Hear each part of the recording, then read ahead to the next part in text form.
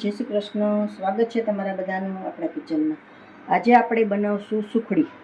તો એના માટે મેં ઘઉંનો લોટ લીધેલો છે, ગોળ, ઘી, ટોપરાનું ખમણ, થોડો ગુંદ અને ડ્રાયફ્રૂટ. તો થોડું મેં ભૂકો કરી લીધો છે, થોડા આખા રાખ્યા છે. તો આપણે સૌથી પહેલાં ગેસ ચાલુ કરશું.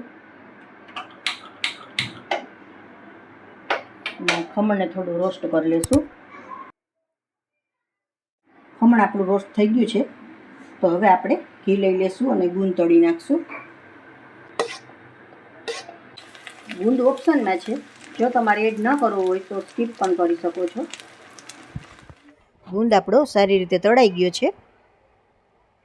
તો હવે આપણે લોટને શેકી લઈશું. તો એના માટે મેં ઘી લીધેલું છે. લોટ આપણે એમાં એડ કરી દઈશું અને સારી રીતે મિક્સ કરી અને શેકી લઈશું.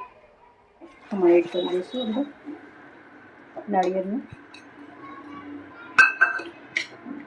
ડ્રાયફ્રૂટ છે એ પણ એડ કરી દઈશું.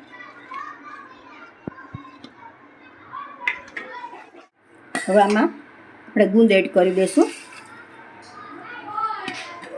સારી રીતે મિક્સ કરી લઈશું. બધું સારી રીતે મિક્સ થઈ ગયું છે. હવે આપણે નીચે ઉતારી લઈશું આને. થોડી વાર આપણે ઠરવા દઈશું આને. ઠરે પછી આપણે ગોળ એડ કરીએ ને એટલે આપણી સુખડી ચવડ ન થાય. તો થોડું ઠરી ગયું છે એટલે આપણે ગોળ એડ કરી દઈશું. સારી રીતે મિક્સ થઈ ગયું છે. હવે આપણે પ્લેટમાં લઈ લઈશું. આપણી સારી રીતે સેટ થઈ ગઈ છે.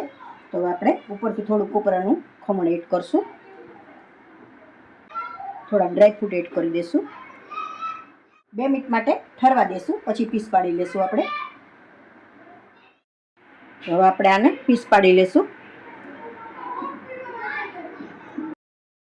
જો મિત્રો, તૈયાર છે આપણી સુખડી.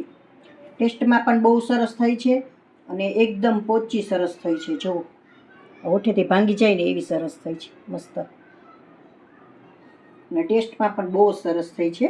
તો મેં આ વાટકીનું માપ લીધું છે. 1.5 વાટકી મેં લોટ લીધો છે, 1 વાટકી ગોળ લીધો છે અને 1 વાટકી ઘી લીધું છે. તો તમારી રીતે કોઈ પણ તમારી વાટકી સેટ કરી શકો છો. તો જો મિત્રો, તમને મારી આ રેસીપી પસંદ આવી હોય તો લાઈક કરશો, કોમેન્ટ કરશો, તમારા મિત્રોમાં શેર કરશો.